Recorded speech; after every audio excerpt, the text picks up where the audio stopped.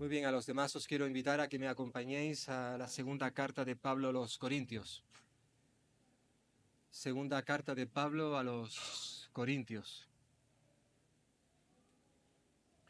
En esta mañana vamos a estar viendo solo un versículo, el versículo 10, pero obviamente este versículo está dentro de un contexto, pertenece, podríamos decir, a los versículos anteriores, y por eso me gustaría leer desde el versículo 1. Segunda de Corintios, capítulo 5, versículo 1. Dice así la palabra del Señor. Porque sabemos que si nuestra morada terrestre, este tabernáculo, se deshiciere, tenemos de Dios un edificio, una casa no hecha de manos, eterna en los cielos. Y por esto también gemimos, deseando ser revestidos de aquella nuestra habitación celestial, pues así seremos hallados vestidos y no desnudos. Porque asimismo los que estamos en este tabernáculo gemimos con angustia, porque no quisiéramos ser desnudados, sino revestidos, para que lo mortal sea absorbido por la vida. Mas el que nos hizo para esto mismo es Dios, quien nos ha dado las arras del Espíritu. Así que vivimos confiados siempre y sabiendo que entre tanto que estamos en el cuerpo, estamos ausentes del Señor. Por fe andamos, no por vista, pero confiamos, y más quisiéramos estar ausentes del cuerpo y presentes al Señor. Por tanto, procuramos también, o ausentes o presentes, serle agradables. Versículo 10. Porque es necesario que todos nosotros comparezcamos ante el tribunal de Cristo, para que cada uno reciba según lo que haya hecho mientras estaba en el cuerpo, sea bueno o sea malo. En casa, mi esposa y un servidor tenemos varios calendarios de pared. Algunos calendarios son amplios y nos permite poder anotar las citas de, por ejemplo, citas médicas o ciertas reuniones, hacerle el ITV al coche. No lo apuntamos todo en esa agenda, en ese calendario, pero sí aquellas cosas que consideramos muy importantes y las anotamos para que no se nos olvide. Aún sucede que a veces la tenemos apuntada y las olvidamos. Fijaos cómo tiene uno la memoria a veces, ¿eh? Pero las anotamos para que no se nos olvide. Lo cierto es que, en cierta forma, todas esas citas, si quisiéramos, podríamos cancelarlas. Aunque eso puede traer problemas, ¿eh? Si tengo una cita médica tal día, tengo que ir al médico y la cancelo, pues peor para mí. Eso requiere o supone que voy a tener que solicitar otra cita y todo se va atrasando. Pero en cierta forma podría decir que es posible cancelar esas reuniones, esas actividades pendientes.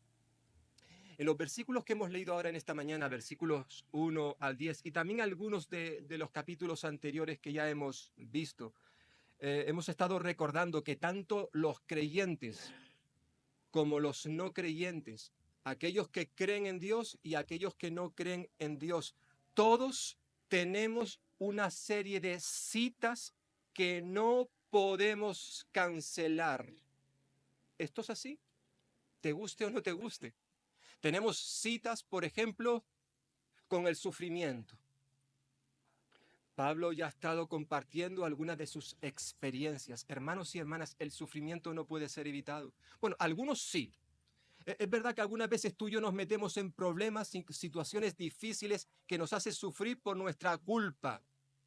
Pero también es cierto que hay mucha aflicción que a veces padecemos los cristianos y los no cristianos, simplemente por vivir en un mundo que está afectado por lo que sucedió en Génesis capítulo 3 cuando entra el pecado en el mundo. Eso afecta a toda la humanidad.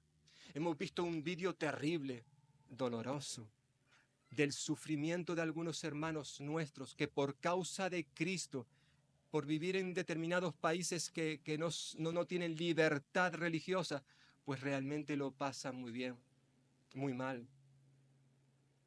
También tenemos una cita en cierta forma, con el envejecimiento. Todos nosotros, desde el mismo día en que nacimos, ya empezamos a envejecer. Decía Pablo en los versículos anteriores que este cuerpo se va desgastando, el hombre, la mujer, el ser humano exteriormente, físicamente se está desgastando, está envejeciendo. Y eso no podemos evitarlo. Y tenemos también, no cabe duda, una cita con la muerte.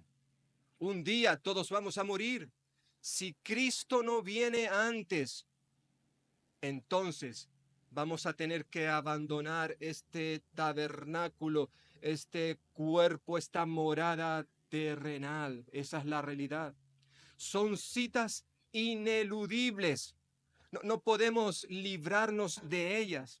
Como decíamos la última vez, todos nosotros estamos realizando un viaje. Todos. Un viaje en dirección a nuestro destino eterno. Ese destino puede ser la morada celestial o puede ser la morada infernal. Puede ser el cielo o el infierno. Todo dependerá de lo que tú y yo hagamos con Jesús de Nazaret. Iremos a un sitio o a otro, dependiendo si le aceptamos o le rechazamos.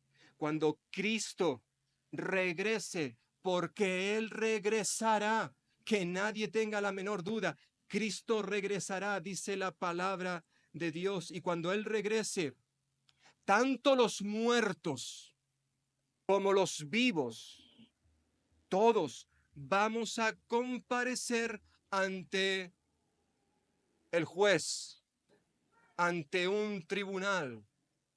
Todos, absolutamente todos. Y en estos versículos que hemos leído, y sobre todo los que vimos en la última ocasión, Pablo nos recuerda que aquellos que hemos puesto nuestra fe, nuestra confianza, nuestra esperanza en Cristo Jesús, nos dirigimos a la ciudad celestial. Y también estuvimos viendo que mientras estamos en este mundo, en este cuerpo terrenal, hemos de vivir, dijimos 4 cosas, hemos de vivir confiando siempre en Dios, versículo 6. Hemos de vivir contemplando lo que no podemos ver, versículo 7. Hemos de vivir anhelando estar con Cristo, no tanto estar en el cielo, en un lugar determinado, que eso será maravilloso. Claro que sí, pero lo importante es que queremos estar con Cristo, anhelando estar con Cristo, versículo 8.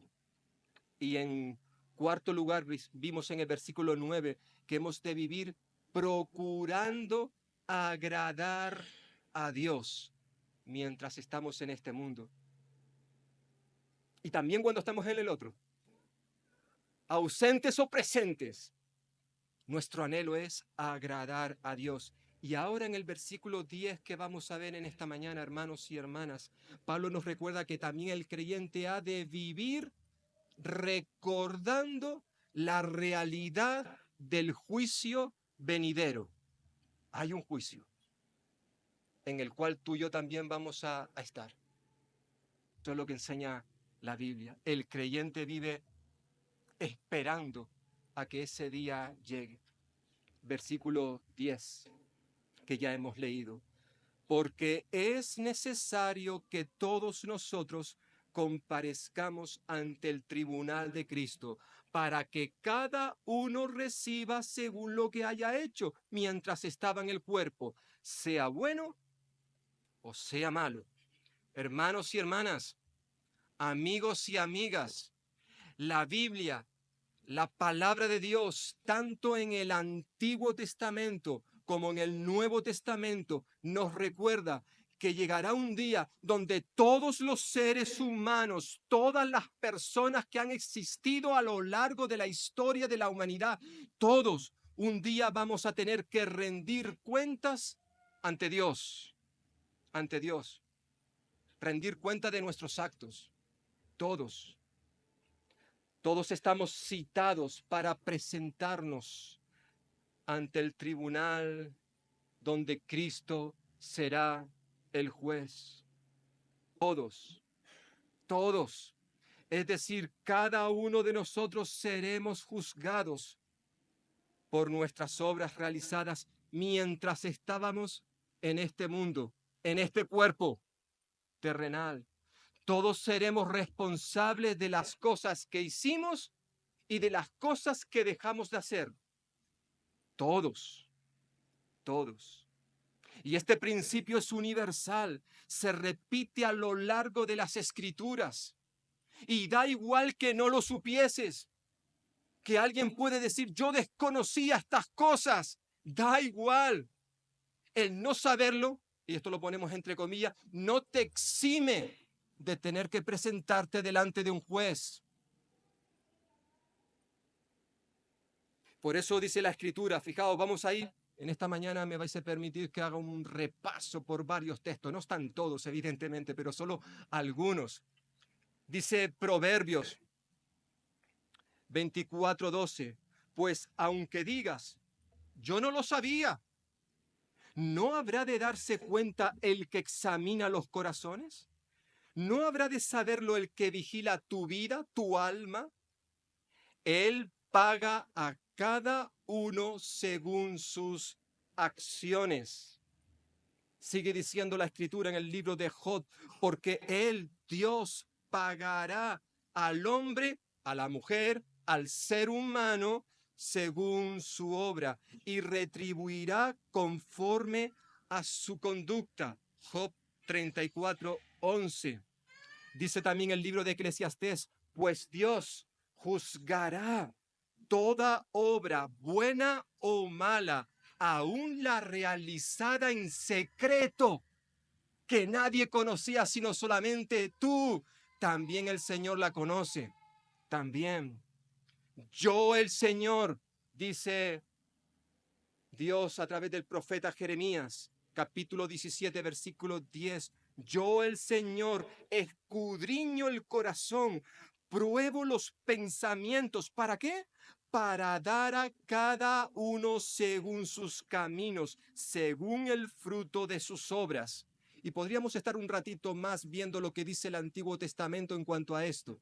Pero si me lo permitís, vamos a pasar un momento ahora al Nuevo Testamento. Allí el Señor Jesús, por ejemplo, en Mateo capítulo 16, versículo 27, dice, porque el Hijo del Hombre va a venir con la gloria de su Padre y con sus ángeles, y entonces recompensará a cada uno conforme a lo que haya hecho.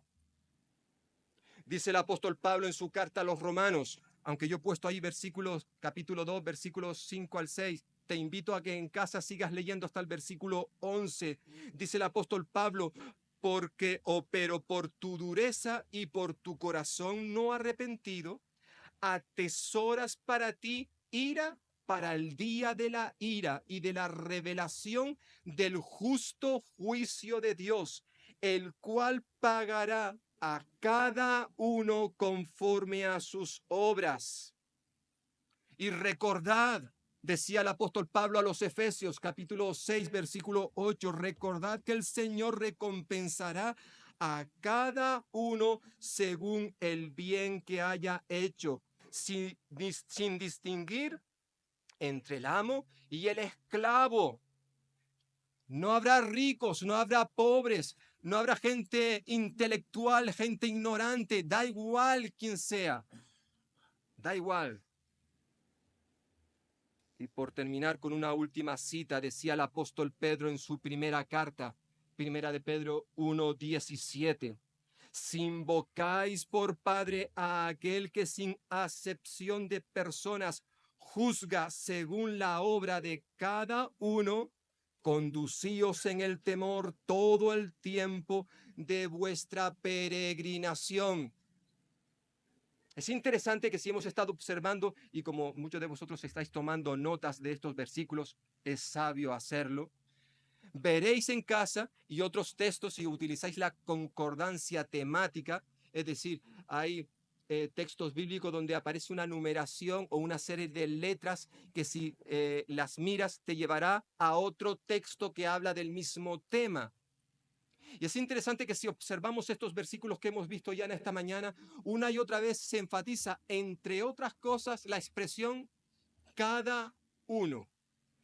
Cada uno de nosotros, cada persona de manera individual, vamos a ver ahora, va a tener que rendir cuentas al Señor y recibirá de Dios dependiendo de cómo haya vivido en este mundo. Creyentes y no creyentes. Aunque esta enseñanza la encontramos en toda la Biblia, como estamos viendo, en el versículo que tenemos para esta mañana, Pablo se está dirigiendo, hermanos y hermanas, escuchad, se está dirigiendo concretamente a los creyentes, a los creyentes. Este versículo, ¿no funciona ahora? ¿Eh? Este versículo, Segunda de Corintios 5, versículo 10, nos lo dice. Palabra dirigida a los creyentes, porque es necesario que todos nosotros comparezcamos ante el tribunal de Cristo. ¿Para qué? Para que cada uno reciba según lo que haya hecho mientras estaba en el cuerpo, sea bueno o sea malo. Algo muy parecido va a decir Pablo, o dijo en su carta a los Romanos, capítulo 14, versículo 10. Y hermanos y hermanas, vamos a centrarnos en este versículo en esta mañana y vamos a ver al menos 7 cosas, podríamos decir más, pero 7 cosas que caracterizan el juicio venidero y que tú y yo como creyentes hemos de tener en cuenta, no olvidarlo. En primer lugar, nos recuerda ese texto que el juicio es ineludible. Fijaos, porque es necesario. Es necesario. Esta expresión enfatiza que de este juicio nadie se va a librar. Nadie. Y como estamos hablando entre creyentes, Pablo se dirige a la iglesia de Corinto y es decir, a todos los creyentes, nos está diciendo que ningún cristiano, ningún creyente va a escabullirse, va a librarse de tener que pasar por el juicio, por el tribunal de Cristo. Es un juicio que no puede ser aplazado, no puede ser cancelado. Todos, todos debemos comparecer ante el tribunal de Cristo. No lo podemos eludir, no lo podemos evitar. En segundo lugar, Pablo nos recuerda que el juicio es para todos, porque es necesario que todos, subraya esta palabra, todos, en esa palabra estás tú y yo, todos comparezcamos. Y esta palabra todos también tiene el propósito de enfatizar que en este juicio todos los cristianos estamos incluidos. No va a haber favoritismo, no va a haber acepción de personas, no va a haber excepciones, no, todos vamos a estar en ese juicio. En tercer lugar, este juicio será manifiesto, es decir, público, visible. Dice el texto, es necesario que todos nosotros comparezcamos. Los que conocen el idioma griego, el idioma que se utilizó para escribir el Nuevo Testamento, nos dicen que la palabra comparezcamos significa hacer manifiesto, hacer visible, revelar. Es decir, cuando comparezcamos ante el tribunal de Cristo, no habrá nada que podamos ocultar, que le podamos ocultar al Señor, que podamos esconder.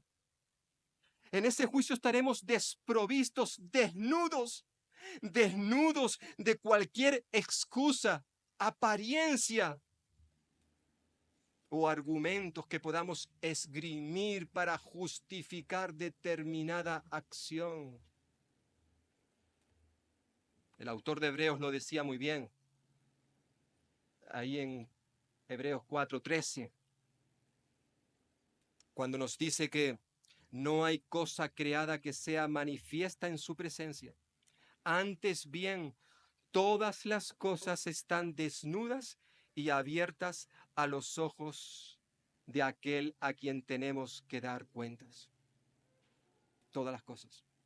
El Señor Jesús diría algo muy parecido en Lucas 8:17, cuando dijo, pues no hay nada oculto que no haya de ser manifiesto, ni secreto que no haya de ser conocido y salga a la luz. No hay nada, no hay nada. El día en que nos presentemos delante del juez, se descubrirá la verdadera motivación que nos llevó a hacer esto o aquello. Quedará manifiesto, revelado, será algo público si realmente fuimos fieles al Señor o fuimos infieles. Si fuimos realmente responsables a la misión que Dios nos encomendó a cada uno, a cada uno. Nuestras acciones, nuestras obras revelarán en cierta forma lo que ya vimos en el capítulo 3, versículo 3, donde Pablo recordaba a los corintios que ellos eran la carta de Cristo, escrita con el Espíritu de Dios viviente.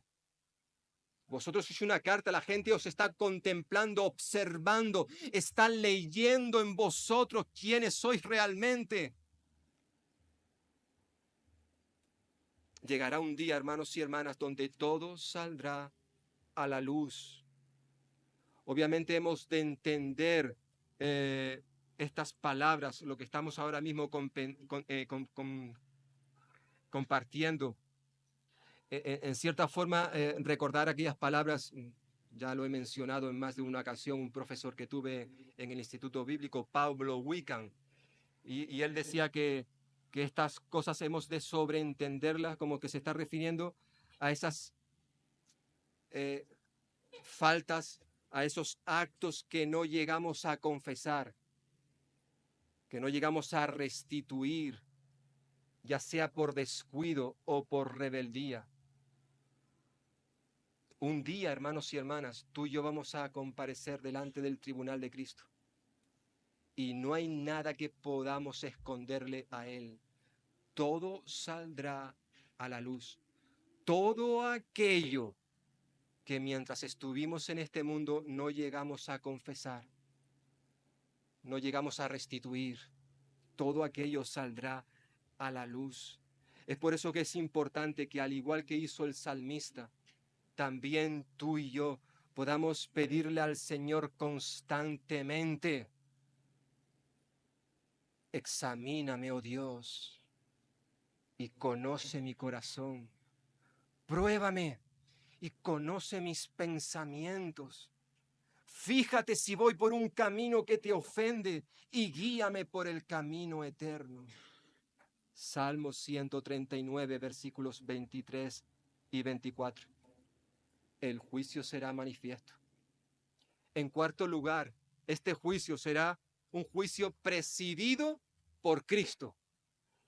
Compareceremos, dice versículo 10, que estamos viendo en esta mañana, ante el tribunal ¿de quién? De Cristo. Es decir, ese día no habrá un jurado popular, no, sino que Cristo será el juez que se encargará de juzgarnos. Y hermanos y hermanas, esto es una buena noticia, que nadie lo olvide. Esto es una buena noticia. ¿Por qué? Porque esto va a garantizar que el juicio sea justo. Porque el juez que nos va a juzgar es un juez justo, justo. A este juez no se le puede sobornar. Creo que fue ayer que escuchaba la noticia en cierto país, la jueza que estaba llevando el caso de la muerte de Maradona, que ha sido detenida porque no estaba haciendo las cosas bien. Triste, ¿verdad? Bueno, esto lo vemos continuamente en nuestra sociedad, Pero no pasará en el juicio al cual tú y yo vamos a asistir. Allí tendremos a un juez que va a ser justo y va a juzgar con justicia. En la última carta que escribió el apóstol Pablo a Timoteo, segunda de Timoteo, él escribió, ¿lo tenemos ahí? Sí, segunda de Timoteo 4:8. Pablo decía que en el futuro, él esperaba su inminente muerte. Dice, en el futuro me está reservada la corona de justicia que el Señor, el juez justo, me entregará en aquel día, y no solo a mí, sino que a todos los que aman su venida. El apóstol Pedro también, cuando en aquel discurso que tuvo en la casa de Cornelio, Hechos capítulo 10, nos dice que Dios había designado a Jesús para ser el juez, ahí en Hechos capítulo 10, 42. Y esta era la predicación que ellos compartían con la gente, y nos mandó que predicáramos al pueblo y testificáramos que Él, es decir, Jesús, es el que Dios ha puesto por juez de vivos y de muertos. Una y otra vez aparece esta expresión en el Nuevo Testamento. El Señor Jesús va a juzgar a los muertos y a los vivos. Todos compareceremos delante del juez, Cuando Pablo se encontraba también en Atenas, allí en Hechos capítulo 17, le invitaron a predicar un día en el Areópago, ese lugar donde se reunían la gente importante, la gente VIP. Allí estaban todos y Pablo comenzó a predicar hasta que le dejaron, hasta que llegó un momento que dijeron, cállate ya, no te queremos escuchar. Pero justo la última parte de su sermón, él decía lo siguiente, Hechos 17:31. Pablo dijo, porque él, Dios, ha establecido un día en el cual juzgará al mundo en justicia por medio de un hombre a quien ha designado, habiendo presentado pruebas a todos los hombres al resucitarle de entre los muertos. Es decir, Dios ya ha designado a un hombre para que sea el juez. ¿Quién es ese hombre? Pues aquel al cual levantó de entre los muertos, Cristo Jesús, el resucitado, ¿verdad? Por tanto, es interesante, ¿no? Como aquí el apóstol nos recuerda que ya el Señor ha establecido un día, dice el texto, donde seremos juzgados. Un poquito parecido a lo que dice el autor de Hebreos, capítulo 9, versículo 27, cuando escribe, y está establecido a los hombres, a los seres humanos, que mueran una sola vez. Y después de esto, a continuación, el juicio. Hebreos 9, 27. Pero qué bueno saber que este juicio lo va a presidir Cristo, el juez justo. En quinto lugar, fijaos, se nos recuerda en este texto que el juicio será individual. Ya hemos señalado esto. Dice cada uno, qué expresión. Cada uno va a comparecer. Aunque todos seremos juzgados, todos los creyentes, esto no se hará de manera colectiva, sino va a ser un juicio individual. No va a ser un macrojuicio, como a veces vemos en la televisión, que ocurren en ciertos lugares. No, cada uno de nosotros, de manera personal, individual, tendrá que rendir cuentas al Señor, dice el versículo, de todo lo que haya hecho mientras estaba en el cuerpo.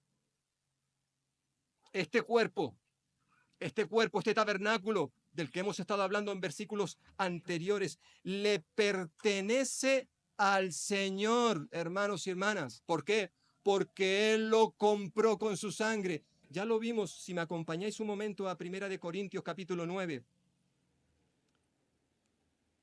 Perdón, 1 Corintios capítulo 6. 1 Corintios capítulo 6. Versículo 19 al final, versículo 19 y 20, pregunta Pablo, ¿o ignoráis que vuestro cuerpo es templo del Espíritu Santo, el cual está en vosotros, el cual tenéis de Dios, y que no sois vuestro? ¿Por qué? Porque habéis sido comprados por precio. Glorificad pues a Dios en vuestro cuerpo, este cuerpo físico, glorificadle en vuestro cuerpo y en vuestro espíritu, los cuales son de Dios. Los cuales son de Dios. Un día tú y yo vamos a tener que rendir cuentas a Dios de lo que hayamos hecho mientras estábamos en este cuerpo. Es por eso, hermanos y hermanas, que tú y yo no podemos hacer lo que nos apetezca. Tú y yo, por ejemplo, no podemos comer cualquier comida. No podemos consumir cualquier sustancia que dañe nuestro cuerpo físico, porque tu cuerpo físico, mi cuerpo físico le pertenece al Señor y yo no puedo hacer con él lo que me da la gana. Y un día, si no actuamos de esta manera, vamos a tener que dar cuentas a Dios de cómo actuamos, cómo usamos este cuerpo.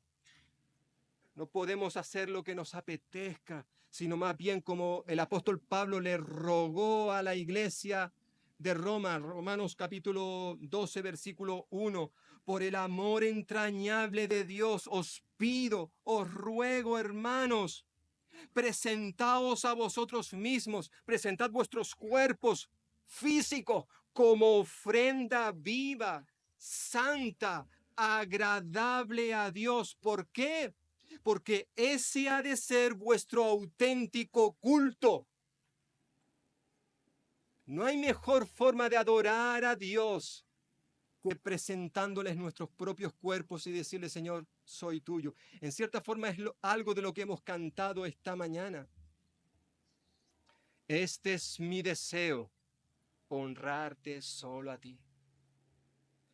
En cada palpitar, cada vez que respiro, yo quiero respirar a Cristo, yo quiero vivir para Él.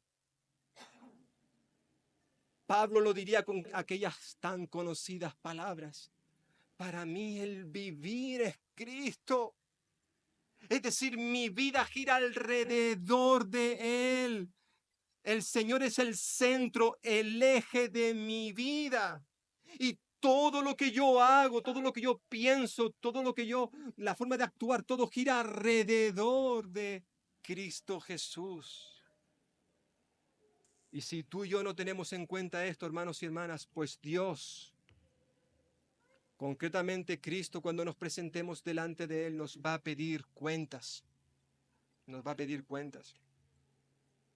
En sexto lugar, el juicio servirá para evaluar, para examinar lo que hayamos hecho mientras estábamos en este cuerpo, sea bueno, sea malo.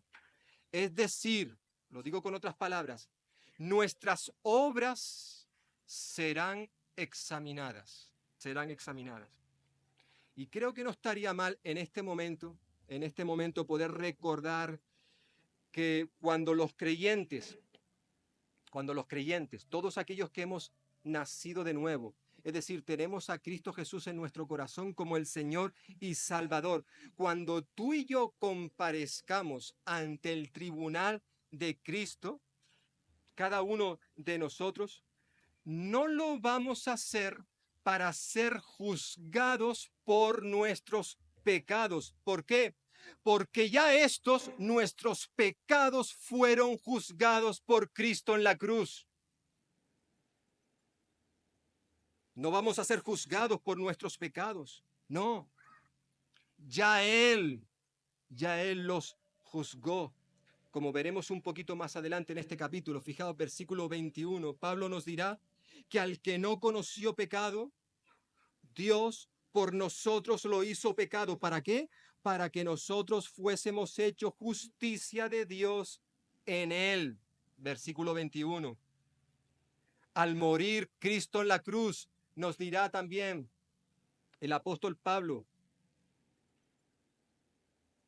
a los Gálatas. Dice que Cristo nos redimió de la maldición de la ley. Fue hecho por nosotros maldición. En la cruz donde murió Cristo, Él fue nuestro sustituto. Él mismo llevó nuestros pecados. Llevó nuestros pecados en su cuerpo sobre el madero. ¿Para qué? Para que nosotros, estando muertos al pecado, vivamos a la justicia. Hermanos y hermanas, es debido a lo que Cristo hizo en la cruz por nosotros que ya no seremos juzgados por nuestros pecados, no seremos condenados. Ahora, dirá Pablo a los romanos, ahora pues ninguna condenación hay para los que están en Cristo Jesús, los que no andan conforme a la carne, sino conforme al Espíritu. Romanos 8:1.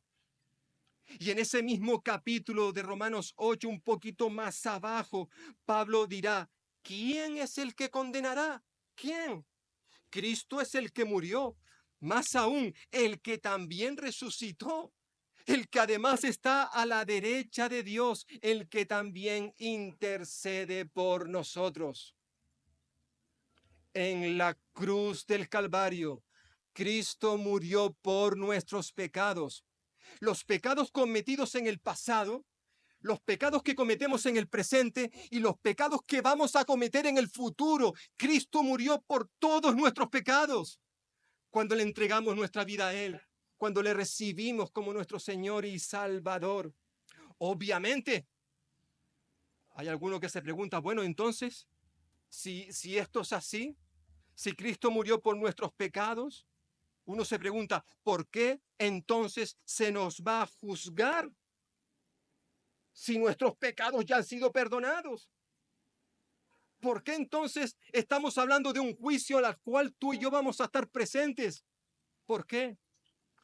Bueno, hermanos, básicamente, como ya hemos estado viendo y la Escritura en su contexto, sobre todo el Nuevo Testamento, nos recuerda, seremos juzgados, como ya he dicho, no por nuestros pecados, sino para ser examinados por cómo hemos gestionado, administrado las obras buenas que Dios nos encargó para que las realizáramos.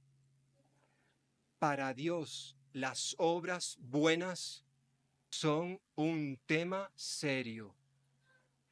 Sí, yo sé que de forma general en nuestro mundo evangélico solemos mucho enfatizar que la salvación es por la gracia y no por obras. ¿Verdad? Lo vamos a ver a continuación. La Biblia claramente enseña que la salvación no es por obras. Que nadie lo olvide, la salvación no es por obra. No hay nada que tú y yo podamos hacer para recibir la salvación, ya que esta es un regalo de Dios. No la merecemos, pero Él nos la da gratuitamente. Sin embargo, escucha atentamente, hermano, hermana, esto es para nosotros los creyentes. Sin embargo, aunque no somos salvos por las obras, hemos sido salvos para hacer buenas obras. Sí, bueno, quien mejor lo explica, yo tengo que reconocerlo, es el apóstol Pablo. Allí en su texto a los Efesios, capítulo 2, versículos 8 al 10. Pablo nos recuerda que somos salvos por la gracia de Dios, por medio de la fe. La fe en Jesús, en Cristo. Y esto no es de nosotros, esto no es algo que hayamos alcanzado nosotros gracias a nuestro esfuerzo, no, esto es un don, es un regalo de Dios. Versículo 9, no por obras para que nadie se gloríe. Es decir, cuando estemos en el cielo, todos los que estemos en el cielo, allí no habrá ninguno, absolutamente nadie que pueda decir, oh, yo estoy aquí gracias a mis méritos, a mis obras. No, dice, no por obras para que nadie se gloríe, nadie se infle, nadie se llene de envanecimiento, no. Y los creyentes solemos conocer estos versículos muy bien, versículos 8 y 9, pero tristemente muchas veces olvidamos que después del versículo 9 viene el versículo 10. Las tres primeras líneas que tenéis ahí son versículos 8 y 9, y las otras tres nos presenta en el versículo 10, en el cual Pablo nos recuerda que nosotros somos hechura, hemos sido hechos por Dios, somos creados en Cristo Jesús. ¿Para qué? ¿Con qué propósito? Para buenas obras, las cuales Dios preparó de antemano para que anduviéramos en ellas. Y hermanos y hermanas, Pablo no está hablando de buenas obras o acciones puntuales que tú y yo podamos hacer en determinados momentos. No, Pablo está hablando aquí de un estilo de vida. Un estilo de vida donde manifestamos continuamente nuestra fidelidad a Dios, nuestras buenas obras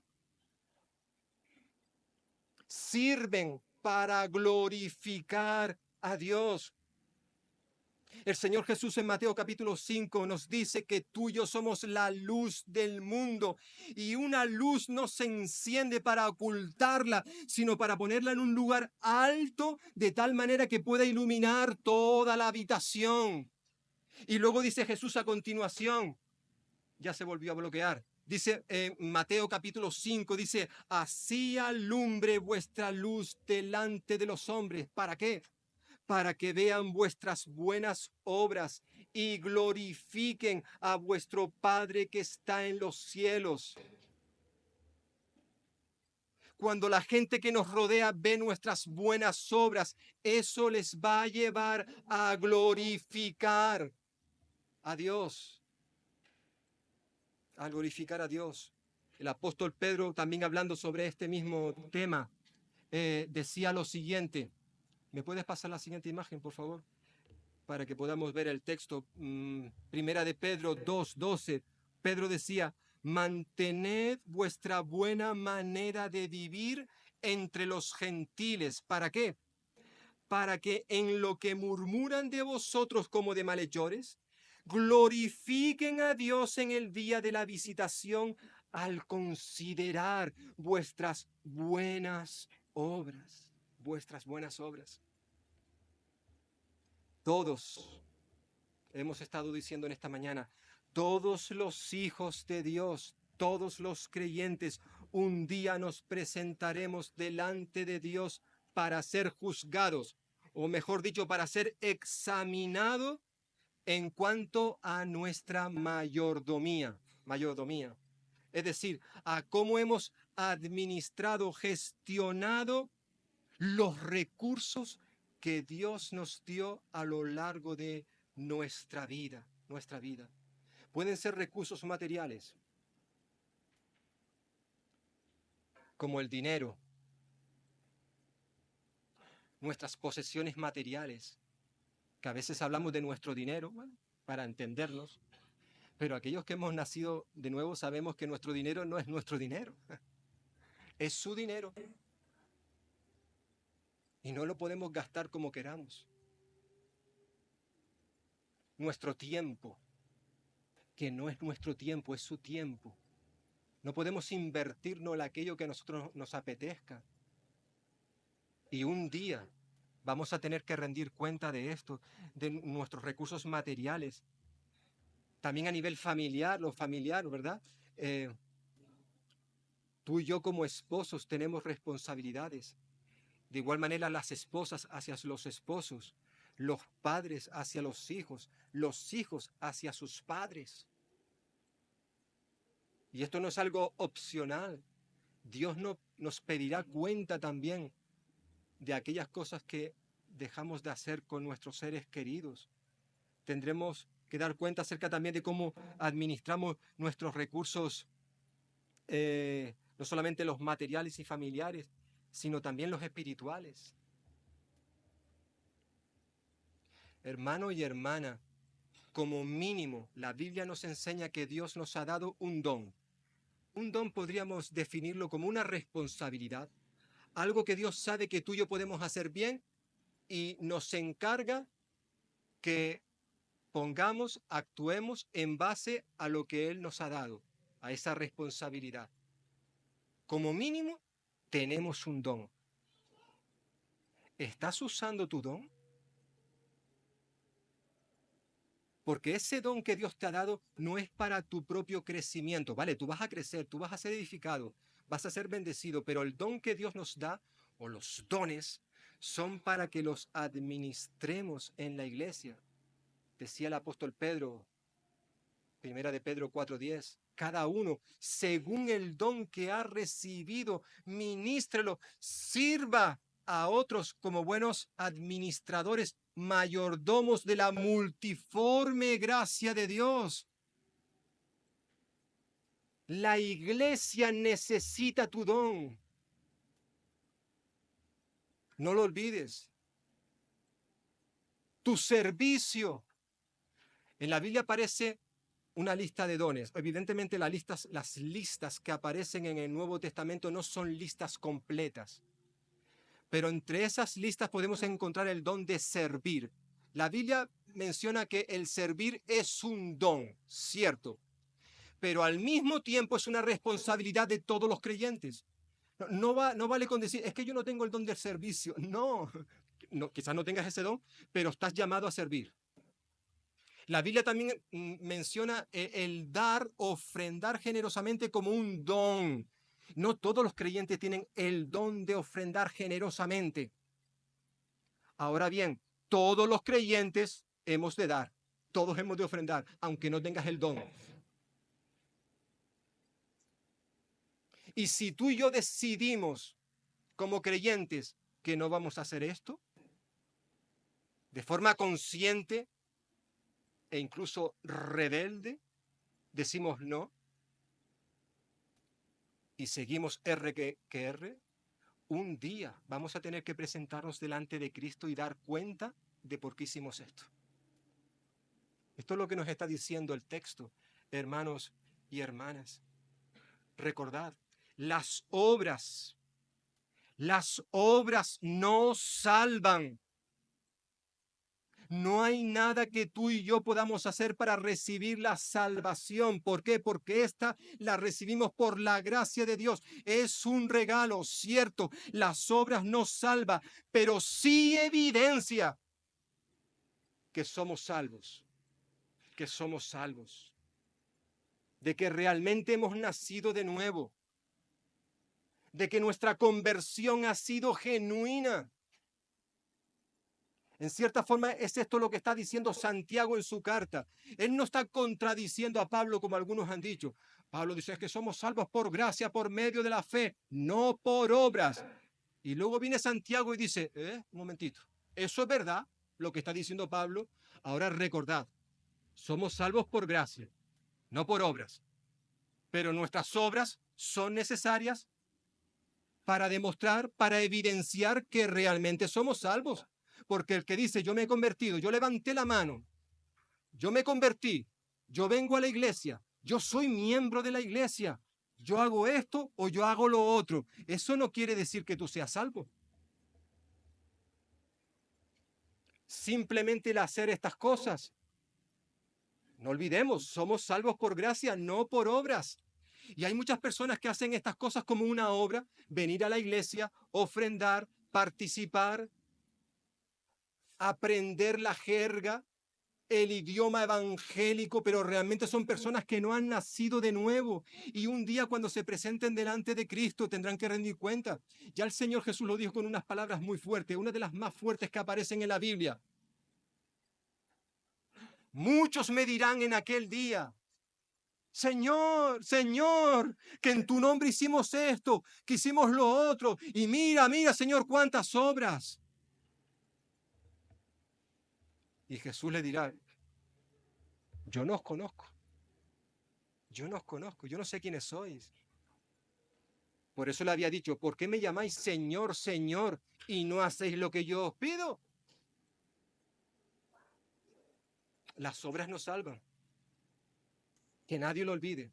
Pero obviamente, una vez que somos salvos por Cristo, hemos de realizar esas obras de las cuales ya Pablo nos habla en Efesios 6:10, que somos creados para buenas obras, las cuales Dios preparó de antemano para que anduviésemos en ellas. Las buenas obras no son opcionales.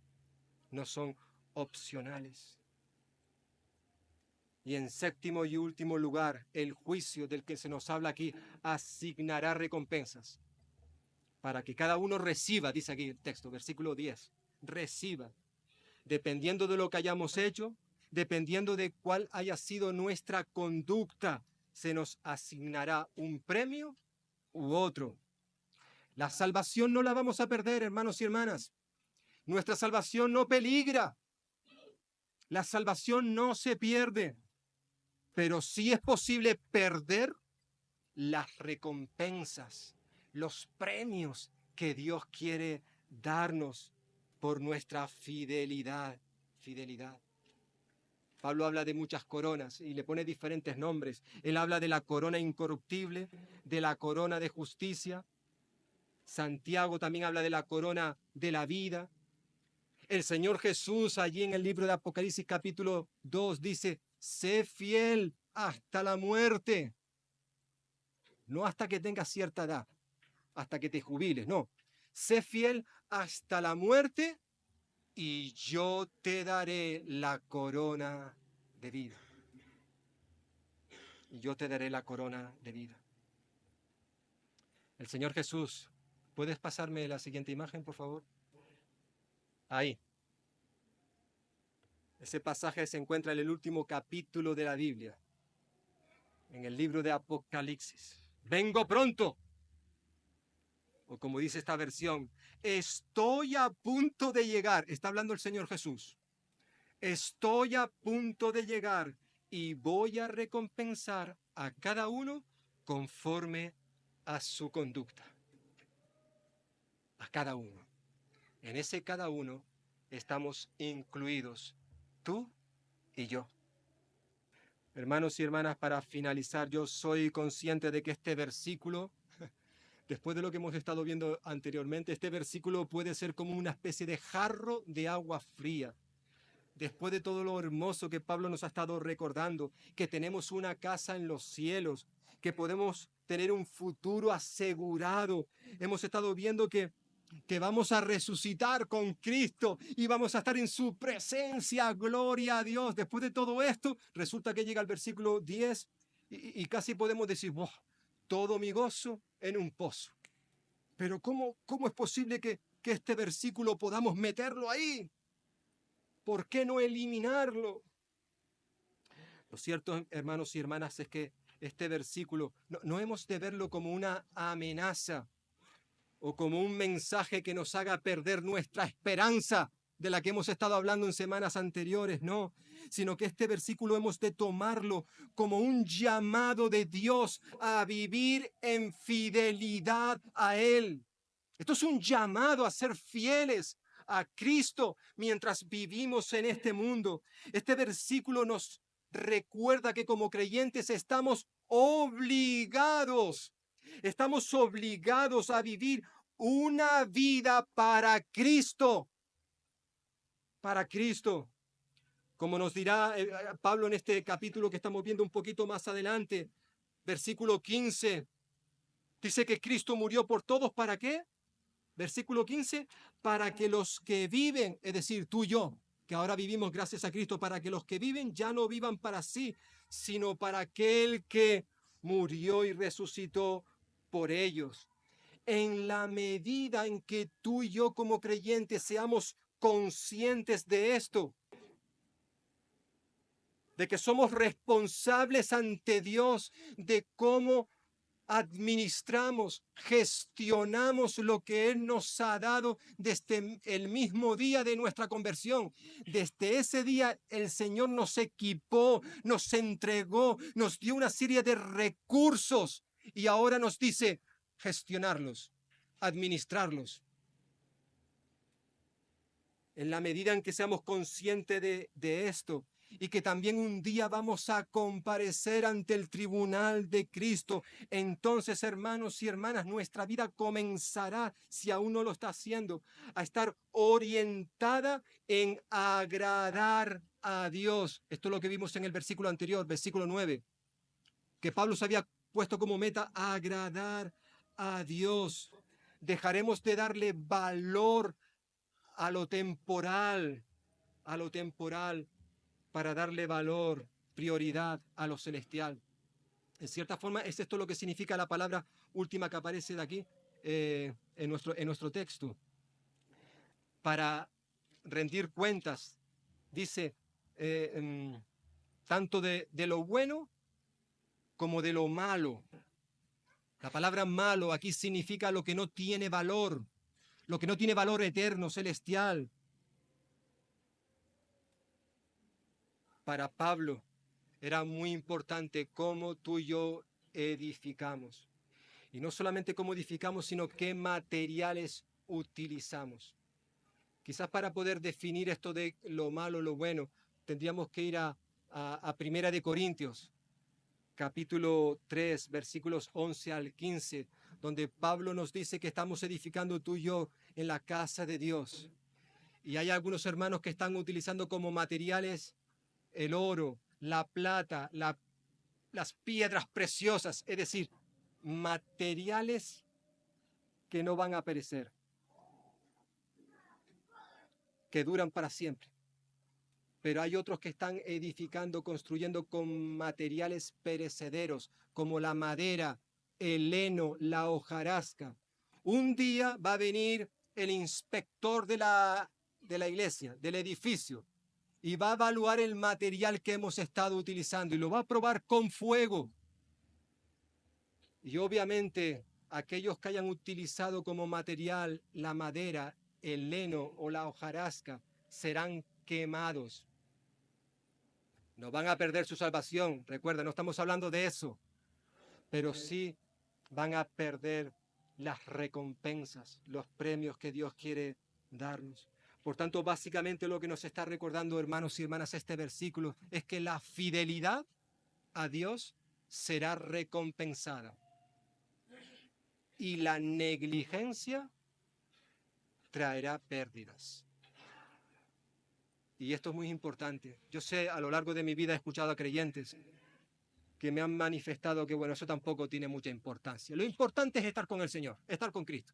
Si no recibo premios, si no recibo recompensas, da igual. En cierta forma están diciendo, yo puedo vivir como me dé la gana en este mundo, porque como ya soy salvo, ya tengo mi salvación asegurada, puedo hacer lo que yo quiera. Pero eso no es correcto, eso no es correcto. Que el Señor nos ayude para que podamos examinar nuestras vidas y, como señalábamos antes, las palabras del salmista, que podamos decir, Señor, examíname y pruébame y conoce mi corazón y ve si hay en mí camino de perversidad, y si lo hay, ayúdame, Señor, para poder caminar por el camino recto hacia ti sin desviarme ni a derecha ni a izquierda. Pues que el Señor bendiga su palabra en cada uno de nosotros.